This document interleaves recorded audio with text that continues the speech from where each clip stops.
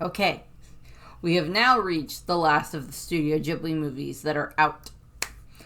I know this movie came out last year, and it has taken me a while to get to review it, but I only was able to just very recently get everything together that I needed to be able to do the videos the way that I want. So, time to talk about The Boy and the Heron, which came out in 2023. So, The Boy and the Heron, or in regards to how it is technically translated, is How Do You Live? It's also based off of a book of the same name that is just a Japanese book based off of the same name from 1937 is when the book came out. And the book does have a reference in the film, as in like the book itself is in the film, the book How Do You Live is in the film. But for the most part, the rest of the movie is basically based off of a very different plot that I think is fairly new, fairly original to a degree. So,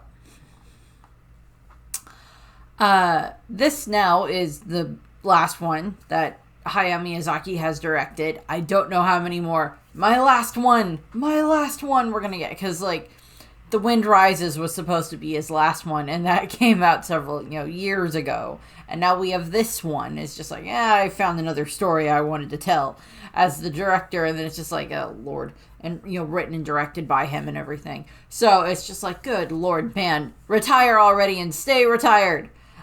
You've had like three documentaries about like you retiring and moving on and handing the studio over or whatever. Yeah. Of course, it's pretty much similar teams to Toshio Suzuki is one of the main producers and everything, the executive producer and such like that. So there's a lot there. So going into the movie, during World War II, again, Studio Ghibli has a lot of World War II things that are going on. It's like you got Grave of the Fireflies, you've got The Wind Rises, formerly mentioned. This movie all take place during World War II. I was trying to remember if there were any other ones specifically off the top of my head.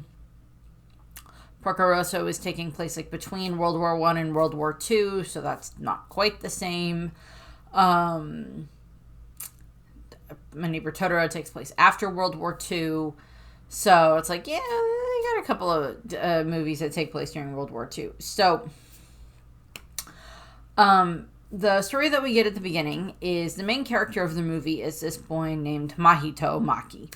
And at the beginning of the movie, we see him lose his mother, Hisako. And what happens is she had been ill and been at the hospital, and the hospital itself catches on fire. And she dies during the fire. And his father, who runs this air munitions factory, as in his, he helps make airplanes and stuff like that. Airplanes and bombs and things along those lines. So they're fairly well off.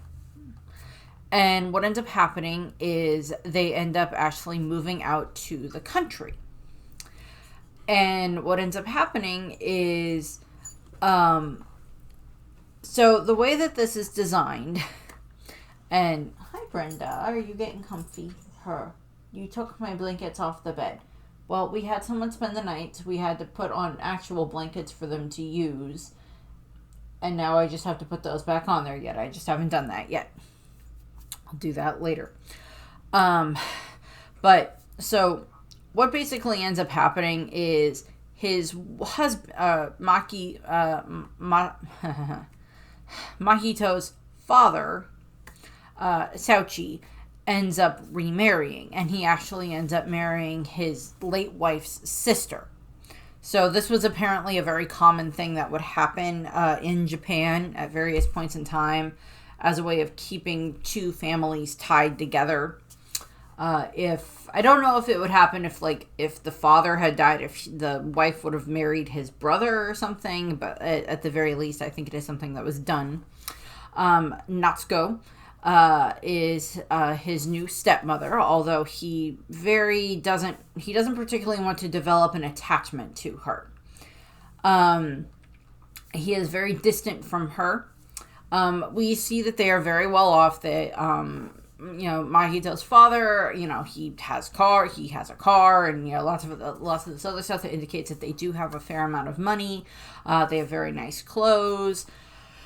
And the house that they are moving to is actually the ancestral home of Natsuko and Mahito's mother, where they grew up.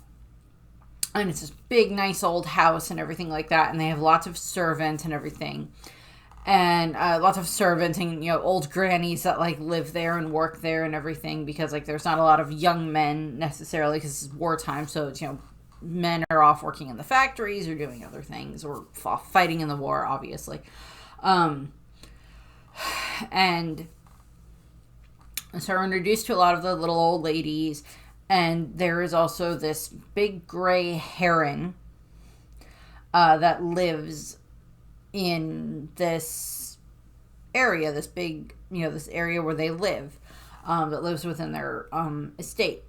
And the heron keeps trying to, lure Mahito to this big sealed off tower. And, so it's just yeah, that's a great idea.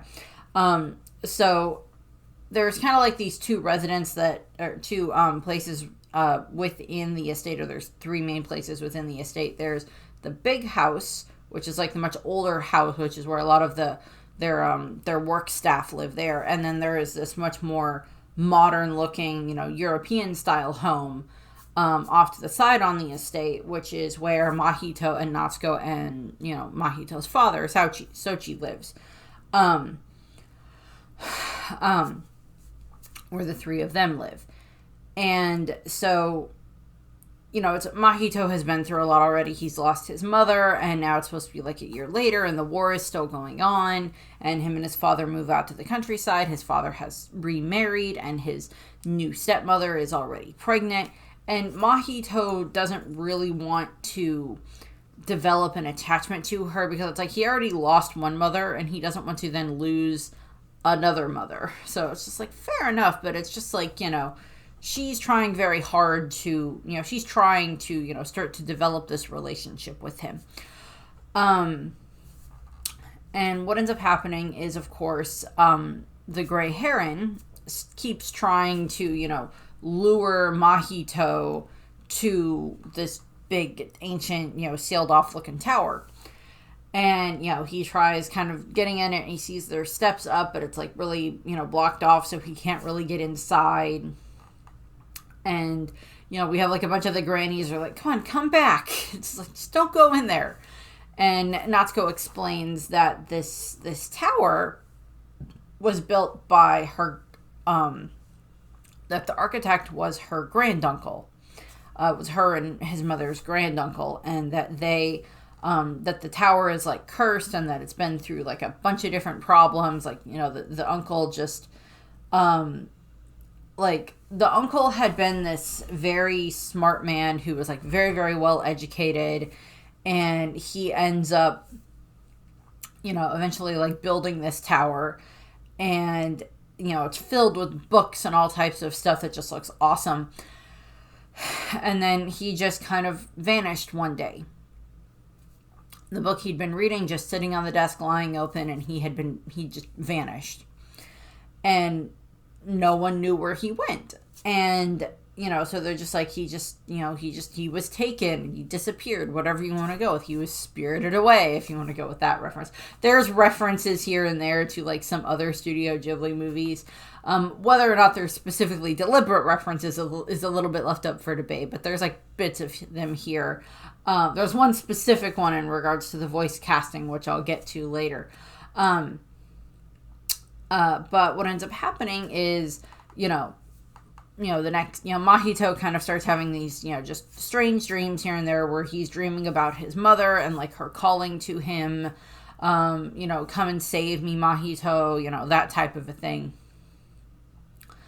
And the next day, Mahito's father drives him to school in, like, their nice car. And, of course, that just makes all of the other boys and the kids in the school just, like, the boys in the school jealous of him because he's like, oh, this kid's got, like, money and everything like that. And then after school, Mahito gets into a fight with these boys, or they start beating up on him. And then Mahito, on his way home, just, I guess in order to, make his injuries appear worse, he picks up a stone and he kind of, like, bashes it into the side of his head and ends up giving himself, like, a gash, and it just starts bleeding. So he gets home, and it's like, yeah, you have a head injury and you're walking home and it's just bleeding profusely. I'm like, oh, that's not smart.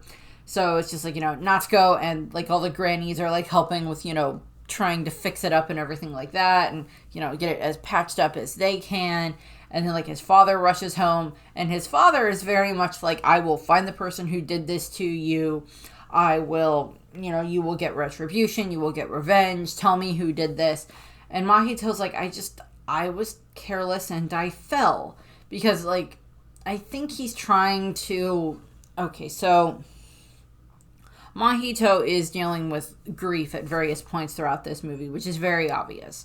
He's lost his mother, his country's at war, as I said, his father remarried, he's going to be a big brother, but, and he doesn't want to develop this attachment to his new mother, to his stepmother, because he already lost one. And now at school, he is kind of this outcast because, he comes from this very wealthy, well enough wealthy family who's able to get different types of, additional rations and stuff like that. In regards to, like, corned beef and tuna and, like, all those types of, like, canned food and things like that are a lot harder to get. So it is kind of like this other end of the scale from, like, what happened in Grave of the Fireflies, where, like, with Grave of the Fireflies, they are just barely scraping by after certain points and having to steal food and all this other stuff and barely able to get anything, and that's what leads to the death of the sister, and then eventually, the brother stars as well. In regards to this, for The Boy and the Heron, it's like they have a lot of money, and they get, like, additional rations and stuff like that, and, are able to buy stuff more readily than a lot of the other people who, don't have as much to spend. And, his father is, very well to do with his company. He just built a new factory within the area, so he's employing a lot of people in the area. So Mahito is kind of, like, stuck in his grief at the moment.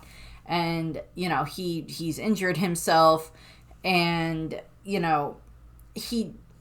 like, chained. I don't know if he was intending to blame the kids at school, or he wanted to cause an injury to himself for whatever reason. It's a little bit left up for debate, but it is not uncommon for people who are dealing with grief to, perform self-harm, unfortunately. And, so we see different things. We see, like, a doctor come in and, like, perform surgery to make sure that it's all fine, and, all of that stuff. And then the Heron keeps showing up. It keeps pestering Mahito, and the Heron actually, like, goes into Mahito's window and starts freaking talking. He's like, Mahito, your presence is requested, and I can't do the voice correctly because it will hurt my throat. And so it's like the Heron is, like, talking to him and trying to taunt not Mahito. And, it even, like, will, like, walk on the roof at night to just, like, taunt him because, like, Mahito's room is on top of, is, like, on the upper floor, so it's, like, taunting Mahito even more. And it poops in his window, which is just rude. And so it's like Mahito is just very annoyed at the bird. And there's this sequence where, and it's hard to tell if this is supposed to be something where it's a dream or if it's something that actually happens. So I think it's something that actually happens, because what ends up happening is Mahito wakes up shortly after, he had the surgery for on the side of his head, and he's got, like, a gash there, and he's, having to, his father has been very concerned about him, and his stepmother, Natsuko, has been very concerned about him, the little nannies have been concerned. And what ends up happening is Mahito ends up, the Heron taunted him enough, and he wakes up like just before dawn, and he finds like this wooden, like a wooden practice sword, not quite, but like something like that, and he goes out and he's like, screw it, I'm gonna get rid of this freaking Heron, I'm gonna unalive this Heron. And what ends up happening is he ends up he like tries to hit the Heron, and the Heron just like breaks off this part of the stick and just like crunches it and destroys it. And the Heron starts talking more and more, and the Heron's like mouth opens up wider and wider, and it looks like there's like teeth. And I was like, okay, first of all, if I started interacting with a Heron and it grew teeth, that's not a Heron, and I'm leaving. Second of all, like a nose starts coming out of the mouth as well, and I'm just like, again, that's not the way Herons work. So it's just like the Heron keeps taunting him and looking less and less normal, and then like the fish start taunting him from the lake, like the koi start taunting him, and then the frogs start taunting him, and they start like crawling up all over Mahito. Because, like, the Heron is trying to get Mahito to follow them. And it's like, you have been summoned. Your presence has been requested in the tower. Type of a thing. So they're trying to taunt him and drag him into the tower. And that's when Natsuko, along with all the little ladies, show up. And Natsuko, like, fires this whistling arrow that is designed to just, like, scare away all of the animals. And it works. She also, like, just barely misses the Heron, which is just hilarious. And if she'd stabbed the Heron, this whole thing probably would have been over sooner. But maybe not with the correct resolution. But she almost hits the Heron. And like all the frogs and the fish scurry away, and then Mahito like faints again. And he's dreaming again, and then eventually he wakes up again, and there's this moment where like he goes and picks up the stick, but the stick crumbled because like it looked like it was whole again, and then it just like fell apart in his hands. To like, okay, so what happened with the stick? So it's like, was that a dream or was that real? Like type of a thing. And like Mahito has told him that just stay away from the tower. It's bad luck. It's cursed. Just leave it alone.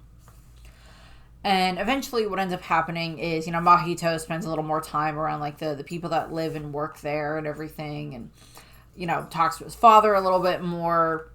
And his father does very much love Mahito and Natsuko. He does seem to love them very much. And takes his job very seriously and everything like that.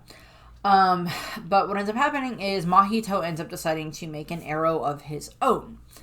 And so it's like he gets a knife, he gets like a little carving knife, and he gets it sharpened, and he's like, kind of trading favors around the house by like selling cigarettes that like he stole from his father, to like get like to be shown how to do stuff. And he like makes a bow out of like bamboo, and he makes like an arrow, and so he's doing all of that stuff. And like there's one little old lady, Kimiko or Kiriko, one of the two, I can't remember, Kiriko. There's one little old lady there who is very much trying to get him to give her cigarettes. And he's like, I can show you where real bows and arrows are really, really good stuff. I can show you where they are. And he's like, you just want tobacco? She's like, well, yes. And he's like, well, I gave it all to the gardener guy, but there was only like 2 cigarettes left. And she's like, like annoyed about it. And so he's working on making an arrow, and he's like, making a bow and arrow. And what ends up happening is he ends up finding he finds a couple of feathers from the Heron, and he ends up using those in order to put because like, okay, so if you look at an arrow, there's, the pointy end that has, the arrow tip on it, which he just uses like an old nail that he like broke off the bottom part of and has like the point as that. And then he has he uses there's supposed to be like a feather or something on the end that is designed to just like help with the, helping it fly straight. And that's like the fletching is what it's called on it. And he uses the heron's feather as like the fletcher, the fletching thing on the end. And so he's being he's being very creative in this regard and like working on how to figure this up because he's a smart boy. And while he's going through and doing all this, he ends up finding a book. And the book is actually How Do You Live? And it is like signed to him by his mother, and it's like two grown up, Mahito. And he ends up sitting there and like he's kind of reading it and crying, and then he ends up hearing noise outside, and he looks out the window and he sees that all of the like the little ladies and the other people that work there are like out trying to find Natsuko. While Mahito has been doing a bunch of this stuff, Natsuko has actually kind of gotten, ill with like morning sickness and whatnot. And, it's kind of saying, and it is true that, sometimes with, women who carry babies, sometimes it is very hard on them to carry the babies. And,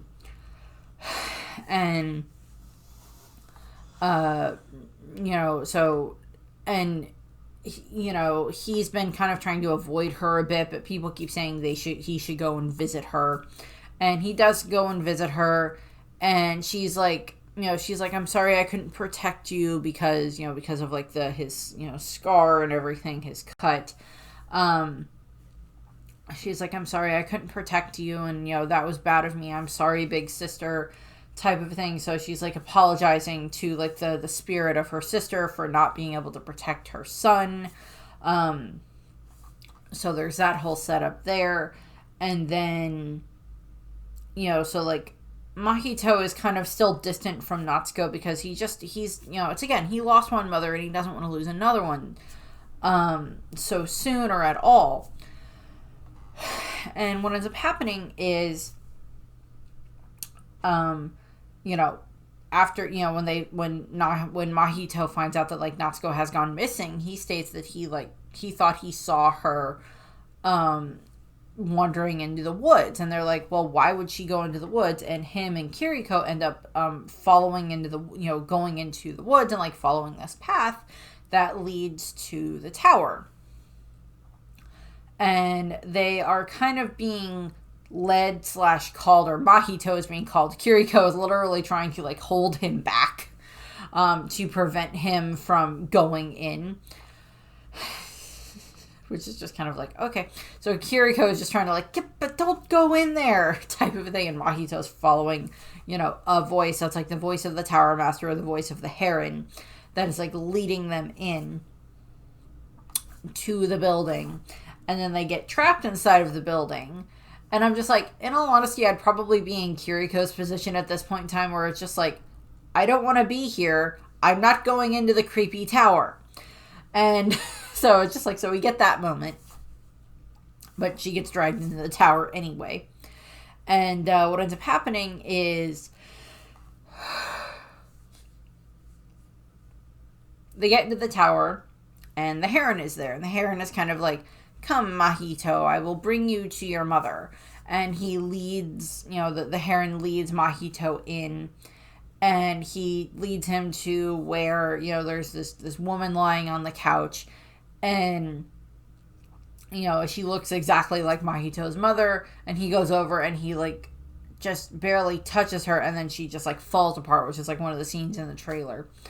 Where she just, falls apart into water. Like, just, she's this water imitation that the Heron made and just dissolves at his touch. And Mahito is, of course, rightfully angry about this and ends up, is, like, pointing the bow and arrow, has the bow all set and ready to fire the arrow at the Heron. And the Heron's, like, taunting him, like, come on, you get one chance here. And if, my heart's right here. And if you don't hit me, then I'm going to kill you. And, Mahito launches the arrow. And the Heron dodges, but the arrow starts following him around. And he's like, oh no, it's my number 7 flight feather. He's like, how did you get your hands on that? How dare you use my own feather against me? So he's like running around, flying around, trying to get away from the arrow that's like just heat-seeking missile type thing, following after him. And to the point where the arrow eventually like through the Heron's top of the Heron's beak and just like pinned, like just, traps it there, marks it there, shoots it there. And he kind of like can't fly now at that point in time because he can't like go back into his full form because he's been injured, and part of it was caused by his own power. And so he's not happy about that. Mahito is like threatening him. And then the Tower Master appears, or the Grand Uncle appears. And he's just like, he orders, he's like, you will go into the tower, and, he will, and the Heron is to go with them, and he is to lead the Heron is to lead Mahito to his mother and help him escape and everything. And, and then they all just start sinking through the floor. Mahito and the bird, the Heron man, and Kiriko just start sinking through the floor. And, like, the Heron is just, like, kind of resolved to this. So is Mahito. Kiriko is just like, nope, get me out of here. You don't need me. I don't want to go here. Like, just sinks through the floor while she's protesting, which is kind of funny. And they just descend, and they kind of all get separated. So Mahito descends, and he ends up descending in this very oceanic world where there's, like, he lands on this island, and he ends up coming across this, like, giant,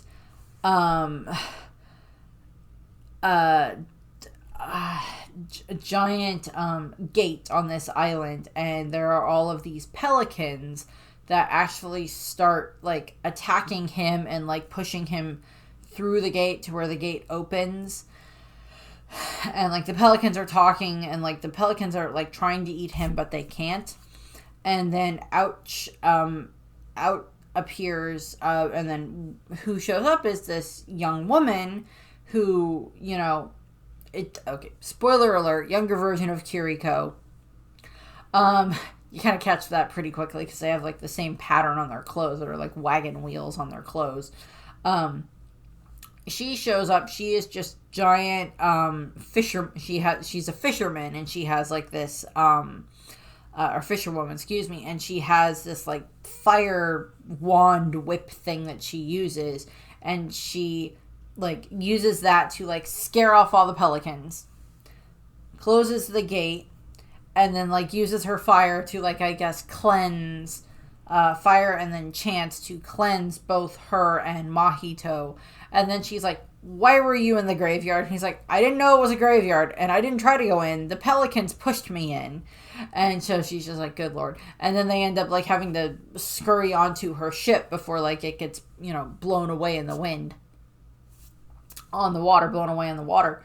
And she, so they get into, they get onto Kiriko's little fishing ship. And then they end up pulling it inside this, giant fish or whatever. And, like, they're talking, and, like, Mahito's bandage has come off, so his gash is on full display. And she's like, yeah, I kind of got one too. And she's, like, showing off her own spot. And, they catch this giant fish, and they carry the giant fish back to, I guess, what is supposed to be this younger version of Kiriko's home, that is, like, this giant old boat. And there's all of these other people that show up that are referred to as the buyers, but I think they're supposed to be some type of spirits. And what ends up happening is we're also introduced to these other creatures that, in all honesty, they're called the Wara Wara. And in all honesty, the first time I saw them, and every time I see them, I always think, hey, those look like the adipose from Doctor Who. If you don't know what adipose are, they're adorable little things that look very much like the Wara Wara. They're made of fat. They're like living fat, and they're just adorable and sweet. And I have, like, a crocheted version that I bought, and I think it's downstairs. I was going to bring it up, but I forgot about it. And I don't really feel like running downstairs right now because I almost tripped down the stairs this morning, and I'm like, I don't want to do that again. That was not fun. And what ends up happening is they end up going into this area where Kiriko lives, and they have all these other, like, soul type things, I guess, that have shown up. And, so they have to start cutting up the fish, because they cut up the fish and then they sell the fish for everybody to eat. So they start cutting the fish open. Kiriko cuts it open in one part, and then she tells Mahito, okay, it's like, you got to earn your keep. and, time to gut the fish. And so he's, like, trying to, like, gut the fish with this, giant carving knife. And, like, just, blood bursts at him. And then, like, as he's going through, like, all of, he cuts, I guess, the wrong thing. Like, all of the intestines start coming out. And he just ends up, like, passing out from that, which I'm like, fair enough. It was gross. And when he wakes up, he ends up finding all of these, all around him where he's sleeping are these little carvings that look like the little grannies that are at the house. And so he's, like, recognizing them, and then, he uses that, and he ends up making the connection to, like, you're Kiriko, and she's like, how do you know my name? I never told you my name. And he's just like, well, I know you from my world or whatever. And she's like, I see. And then there is this moment where there is, it's, later, a little later in the evening, and, Mahito goes outside, and, like, the moon is high and big and beautiful, and then all of a good chunk of the Warawara, who are ready to, like, move on to be reborn, start, like, floating up into the air in these, beautiful spiral columns, and it looks gorgeous, and it's, beautiful and tranquil. And then a ton of pelicans show up, and the pelicans all start trying to eat the Warawara as they're flying up. And then there is this other girl who shows up, whose name is Lady Hime, and she has pyrokinetic abilities. She has fire abilities, and she, launches a bunch of fire up into the air and uses that to, like, attack the pelicans and, like, save some of the Warawara, but some of them burn as well. So that all gets taken care of. And, so that gets taken care of, and, Mahito kept kind of jumping to conclusions because he thought that, what Lady Hime was doing was, like, intentionally trying to hurt the Warawara. She's not. She's trying to save some of them as opposed to all of them getting eaten by the pelicans. And Kiriko is just like, yeah, the Warawara are off to be reborn, probably into your world. And, and then they head off and they go to bed. And then later that night, Mahito hears a noise, and he, goes out of the house, and he finds this injured pelican that has been, like, its wings are broken, and it's been burned by, Lady Hime. And Mahito is, like, out there and, like, ready to kill the thing. And it's just like, the pelican is like, young one, put me out of my misery. My wing is broken. I cannot fly. And, Mahito is like, that's what you get for trying to attack the Warawara. And the pelican is like, we did not choose this life. My kind were brought to this hellscape so we could eat the Warawara. This sea has few fish we can eat. My kind, we're all starving. We flew as high as we could, as high and as far as our wings could carry us. But it always ended the same. We could only reach this island. Now, our newborns are forgetting how to fly. We eat the Warawara. The Fire Maiden burns us. Blood spews from its beak. The sea here is cursed. Blood. And then dies. So, there is this, there's this hint that there's, like, this very weird imbalance within this world that Mahito has found himself in.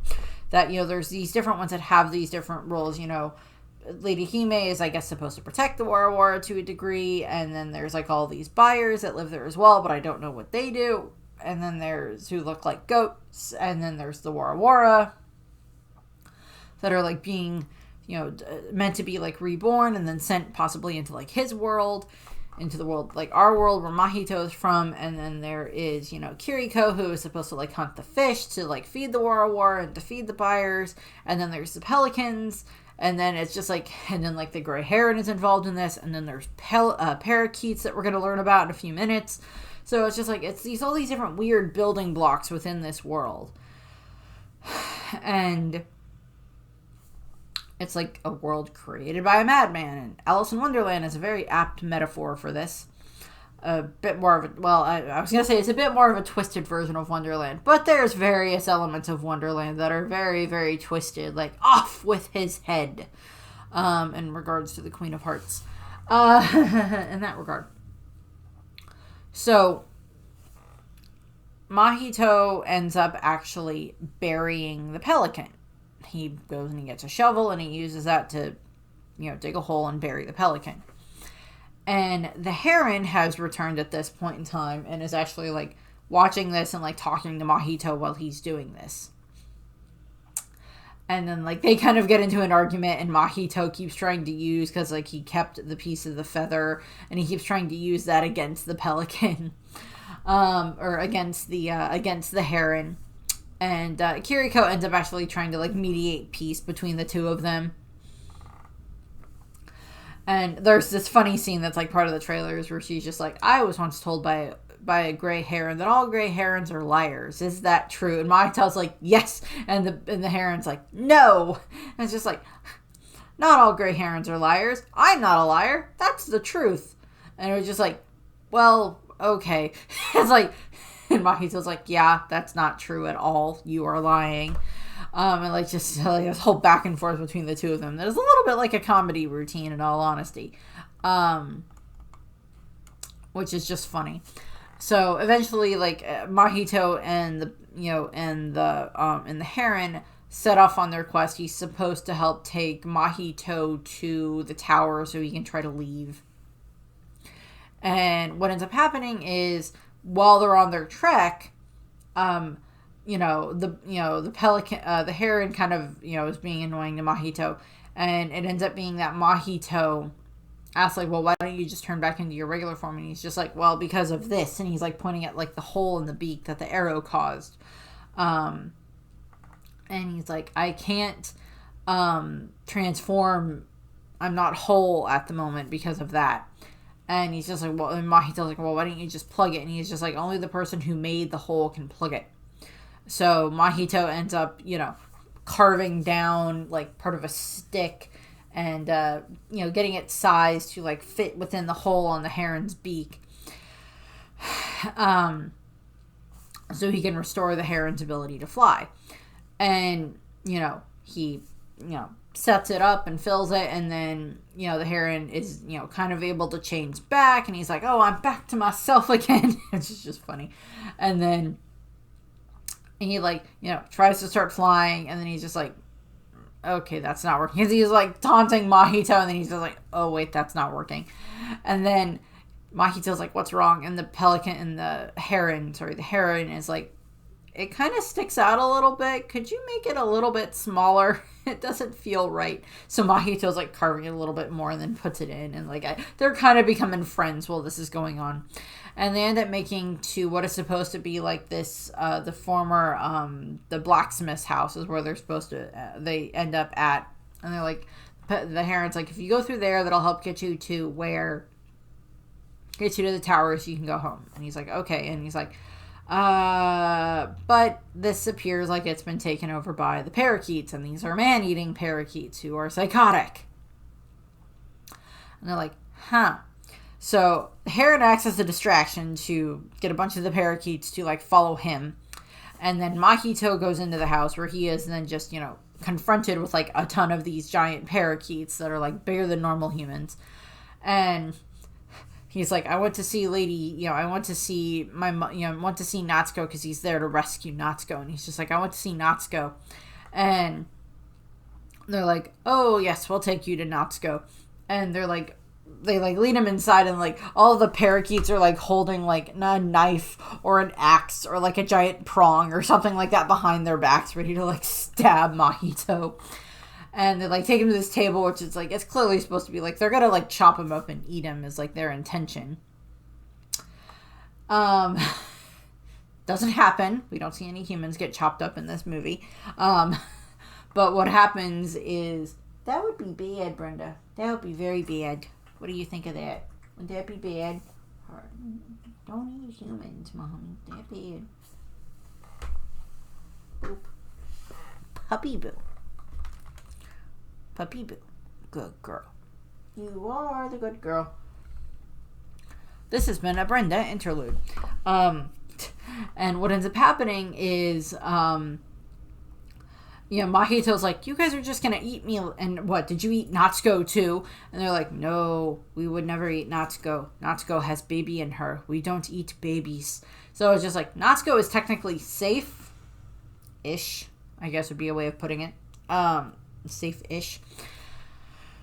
And what ends up happening is just giant thing of fire bursts out of the table, which scares away all of the parakeets. And Lady Hime pops her face out of it, and she's like, oh, you must be Mahito. Come on, I'll help you. And she, holds out her hand to him, and he grabs it, and she, pulls him through the fire, through her fireplace. Harry Potter Flu Network reference, anybody? Pulls him through the fireplace, and they land in, this nice little cottage, and then, Hime is, this little girl that's about, his age, and she's adorable. And, she's like, okay, yeah, I'm Lady Hime, and blah, blah, blah, blah. I get that introductions out of the way, and you are. And he's like, I'm Mahito. And she's like, oh, it's nice to meet you. And what ends up happening is, so him and Hime start talking. And then, of course, we have to have the moment in the movie where we just have Studio Ghibli obligatory moment where they have to have food look delicious, and it's not even really complicated food. It's this bread that Hime baked, and she puts this delicious looking butter on it, and then delicious looking jam, and she gives it to Mahito, and it's just huge and delicious looking, and he just gets jam all over his face while he's eating it, and it's just just adorable thing. And he mentions that he's there to save Natsuko, and she's like, oh, you're here to save my sister? And he's like, yes. It's pause. It's all the gears are turning in his head. It's just oh, frick, she's my mom. It's what's going on in his head? Oh, frick, she's my mom. And what ends up happening is there is this moment where, so she's just like, yeah, of course I'll help you save, Natsuko and everything, it's just are you sweet on her? And he's like, no, my dad is though. So there's that comparison there, and that thing going on there. And so, well, all of this is happening inside of this other world, which is technically all of inside of the tower. Well, all of that is happening, Hime is going to help him try to sneak into the tower so they can try to get Natsuko. Well, all that is happening. Out in the real world, we have Mahito's father, Sauchi, along with all of the other old ladies, and a bunch of the other people that work at their house are all trying to find Mahito and Natsuko and Kimiko, because they've all gone missing and they're trying to figure out where the heck they are. Earlier in the movie, just before Mahito left or headed off, ended up going into the, tower, his father had to, because the train stations are shut down, so they can't ship out their product. So they moved a whole bunch of their product, which are the tops of these airplanes that are the coverings for the cockpits in airplanes, had bring those all the way to their house to keep them sheltered in case anything happened, and so they would have room for other product that they were working on. And so it's another Studio Ghibli reference to airplanes because reasons. What can I say? Miyazaki loves his airplanes. I can't blame him. They are cool.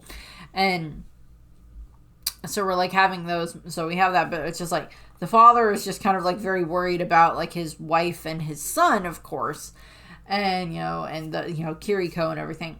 And we have a bunch of the other, several of the other little old ladies end up actually telling him the story of how the tower, the sealed off tower, came to be. And they're it's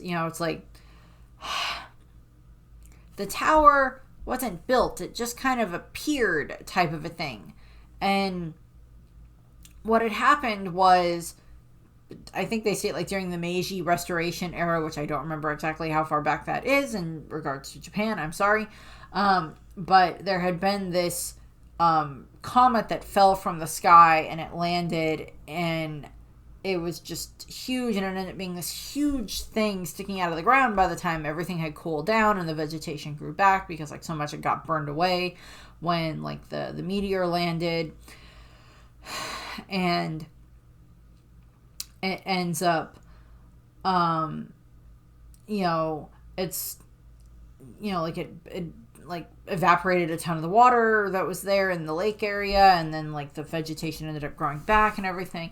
And then the granduncle found it, and he was like drawn to it, and he ended up like trying to build the structure around it. And in the process of building the structure, lots of people were injured, several people died in the process of building it, and he still built it. And then, he filled it with all of these books and everything like that. And then he just vanished one day. And the same thing had happened to Hisako, who is Natsuko's mother, or is Natsuko's sister. I want to make sure that I'm saying her name, or have her for the correct name. Hisako, yeah. Hisako is Natsuko's sister, Mahito's mother. And when she was a little kid, she ended up actually vanishing for like a year. And when she showed back up, she looked the same and had no memory of where she'd been.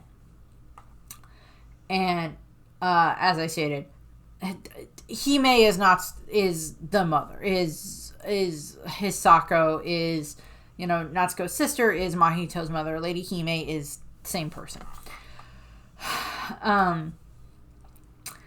And what ends up happening, it's like, the little girl returned and she didn't have any memory of where she'd been for the year, but she was fine. She was happy. Nobody was hurt. And all of that. And so they have like, so it's like the father is just like, okay, I'm going to go try to, I guess, get my wife and child back. And he's being active in this role. He like goes and he's, gets like stuff that he can use to try to, I guess, fight against whatever the F's in the tower. And he's got, he has a katana and he's going to go and fight. Cut back into the tower. Natsuko Hime has helped lead Mahito into the tower. And she states at one point, it's just like, we can't touch the stone. The stone's not happy that we're here, so try not to touch it. And she leads him to this like hall of doors, this hallway just filled with doors. It's like this time hallway. And she's like, the doors, they're random numbers. They're not in any specific order. And she's just like finding certain doors. And she's like, this door will lead you back to your time. And like she opens like a panel on the door, and like he looks through and he's able to see his father there along with a bunch of the other old ladies. And then a bunch of the parakeets show up, because the parakeets actually inhabit the tower. And that's like where their main stronghold is within the tower. So what ends up happening is they end up having to like hide, like Mahito and Hime end up actually having to like open the door and like hide on the other side of the door. That would, if Mahito left, just let go of the doorknob, he could go and return. And they're like standing there watching as like the father's coming forward. And like he recognizes, Natsuko recognizes Mahito. So he's like trying to run up to Mahito. And, Hime's like, if you let go, you can stay here and everything. And he's like, no, I have to save Natsuko. And, at this point in time, a bunch of the parakeets are like pushing on the other side of the door. So they open the door and all of the parakeets end up just flying out of the door directly at the father and all the little old ladies. And, the father's trying to like slash at them and everything. And like his father, Mahito's father saw him, but now he's seeing all these parakeets flying at him, which is just funny. And he's like, Mahito turned into a parakeet. He turned into a budgie. Because like all the birds just get like small again, and they're just like normal birds now. And he's just like very befuddled and confused, which is fair. To his eye, it did look like his son turned into a bunch of parakeets that popped up out of nowhere. So there's like that whole bit there. So that's just kind of this little bit of levity moment there. So Hime and Mahito go back into the tower, and Mahito leads him to Natsuko's delivery room. Now, I don't think Natsuko is actually particularly that far along in her pregnancy, because we don't get an amount of time of how far along she is, or even how long Mahito and his father have been living now at Natsuko's family estate. So I don't exactly know there's no specific time given for how long Mahito has been pregnant. But she's like sleeping in the delivery room, and Mahito goes in. He's trying to talk to her and trying to get her to come with him, and she ends up rebuffing him and getting angry at him because this is a little bit like, and it's like, Natsuko is like, dealing with the death of her sister as well. And it's not like his father hasn't been trying to deal with the death of his wife, but like, Natsuko is dealing with the fact that, she lost her sister, and now she is this, she's married and she is going to have a baby of her own. She also has this stepson that is also her, nephew originally. And her stepson doesn't seem to want to have anything to do with her. And her stepson also has been is injured. Very quickly after having arrived within her care, and she couldn't protect him, and he's just been very distant from her and everything. So she's like kind of, rebuffing at him and yelling at him, telling him to just leave and leave her alone. And there's all of these paper things that are like designed to like protect Natsuko, and like they start whirling around. And this is stuff in the trailers that you see whirling around and like attacking Mahito and trying to like pull him out of the room, and trying to, they kind of try to like, they don't really attack Natsuko right away, but Mahito acknowledges that she is his mother, and that kind of starts snapping her out of this moment. And that makes, she starts trying to, get to him, and the paper starts, actually trying to attack her to like pull the two of them apart. That's when Hime comes in, and she releases, she just incinerates a ton of the paper that's attacking all three of them. And she, Hime tries to make this like, begs the Tower Master to just, let my sister and this boy who will be her son go home, go back to their own world. Please, granduncle, please do that. And but they're all exhausted from this moment, so they all just like kind of pass out. Mahito and like all the parakeets show up, and Mahito and Hime get captured, and Natsuko is like left in the delivery room. And what ends up happening is Natsuko has this dream where, going through weird corridors and other parts of the castle, tower thing, whatever, finds his way to the old guy, to the granduncle, which would be his great granduncle, I guess, and gets to him, and they have this conversation, and we see the wizard is very preoccupied because he has like this tower of blocks that is, I think, supposed to be like 13 blocks or something, and he's trying to very carefully tap them and arrange them and everything. And he's like, gets it all settled, and he's just like, good, this world will now last one more day. And Mahito's like, what do you mean one more day? And so the granduncle like shows Mahito, explains to Mahito that like the blocks represent the different building blocks of this dimension that he has created, and he wants to have not Mahito be the one to succeed him, because only someone from his bloodline can succeed him. So he wants that to be Mahito, take over the custodianship of this world. And Mahito notices that the blocks are all infused with malice, and kind of like, he compares them to like gravestones, and he's like, those all have malice in them, and he doesn't want to touch them, and he doesn't want to be a part of that. And that's when he wakes up, and he's he's been captured by the parakeets and everything. And he ends up, there's like a parakeet there, like using, is trying to like sharpen a blade that he's clearly going to use to try to kill Mahito. And then that's when the Heron shows up and knocks out that parakeet and frees Mahito. and then they have to like knock out 2 more parakeets so they can like sneak away.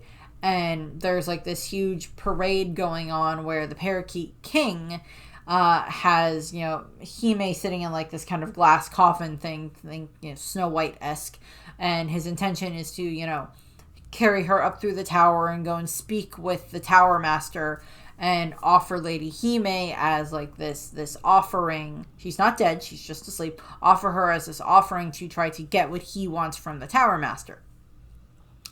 And Mahito and the Heron are having to like climb through and around the tower as they're like following the Parakeet King all the way up, and like climbing through and, you know, just working their way through the tower and getting, you know, and like the Parakeet King notices them at one point, and he like ends up like cutting down some of the stairs so it like collapses on top of them.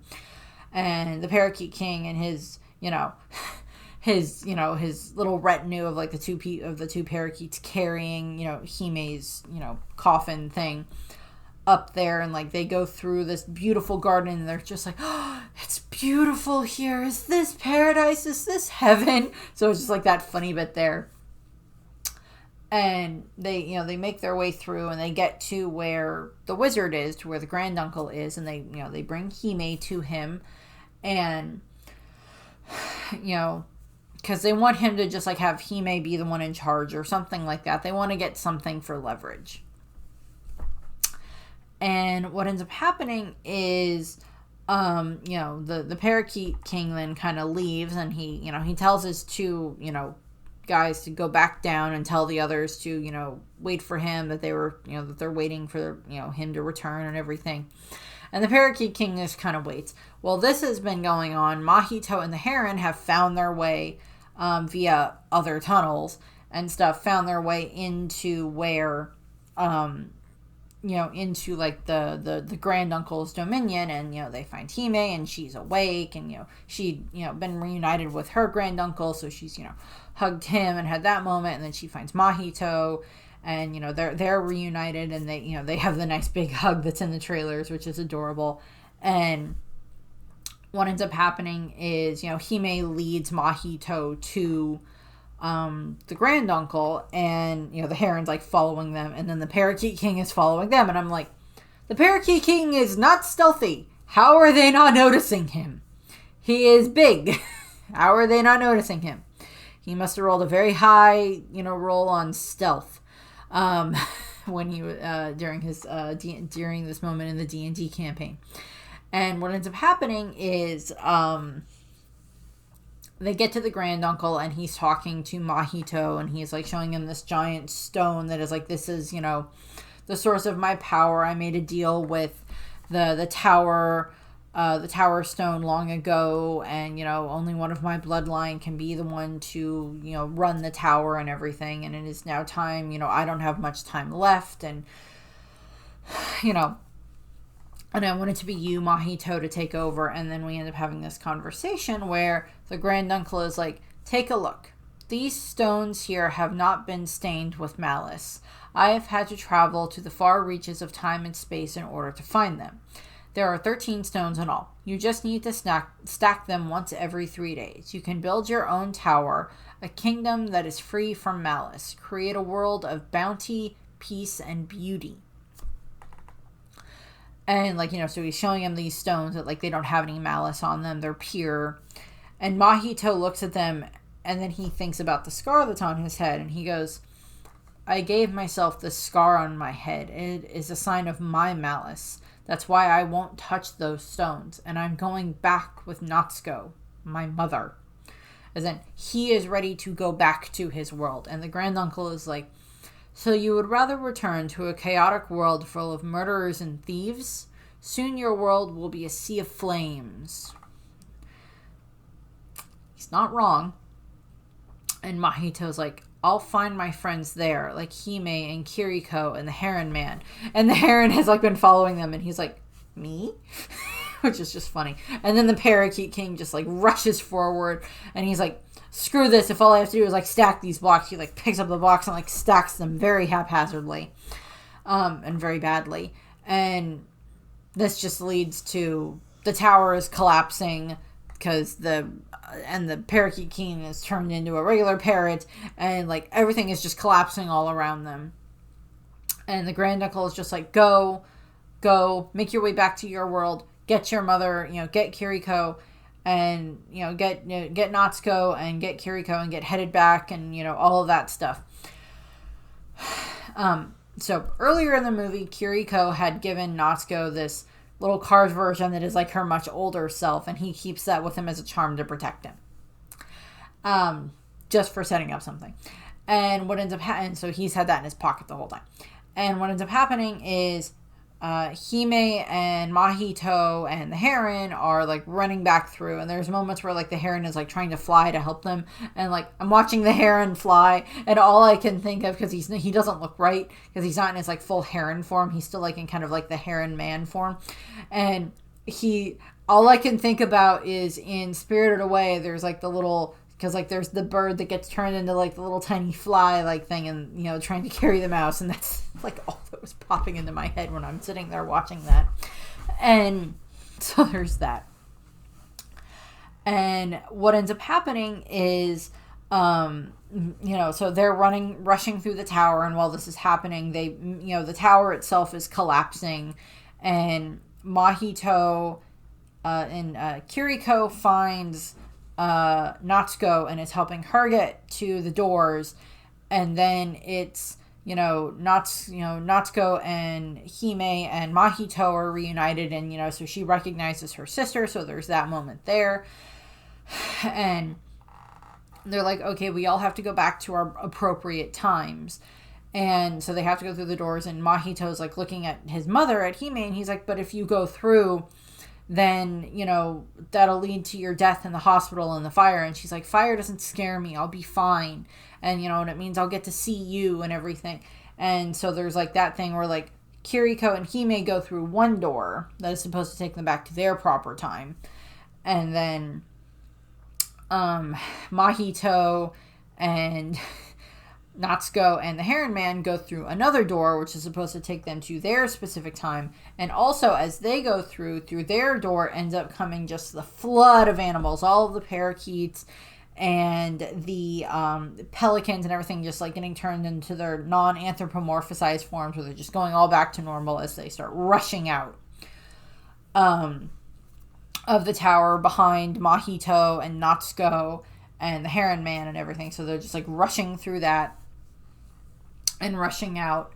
And as they're going out, like Mahito and the Heron kind of have like this little moment where like they kind of communicate together. And the Heron asks Mahito if he remembers what they just did.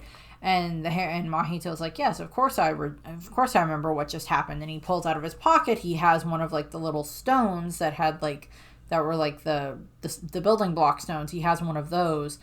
And then he also has the little Kiriko figure that was carved for him. And the Heron's like, you probably shouldn't remember that, so you should probably try to forget it. And then the Heron, like turns back into like its normal self and like flies off. And then, Mahito comes back out of like the whatever little moment where they were talking.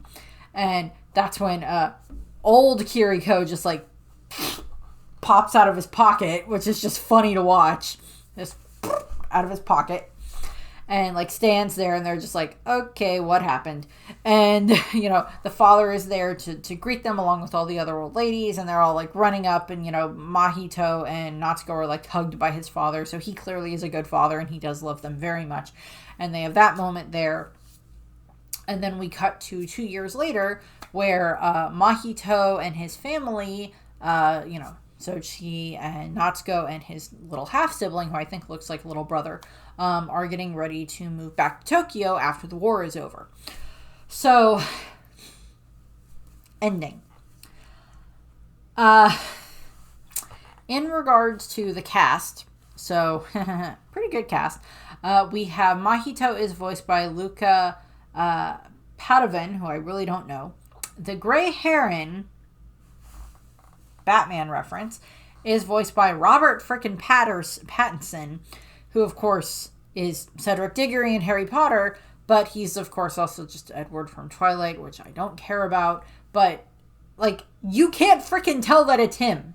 He did such good voice acting in changing his voice to play the role of the Heron. He did such a good job with that. So, props to him on that. And then Hime is voiced by Karen Fukuhara, who I think I don't know anything that she was in.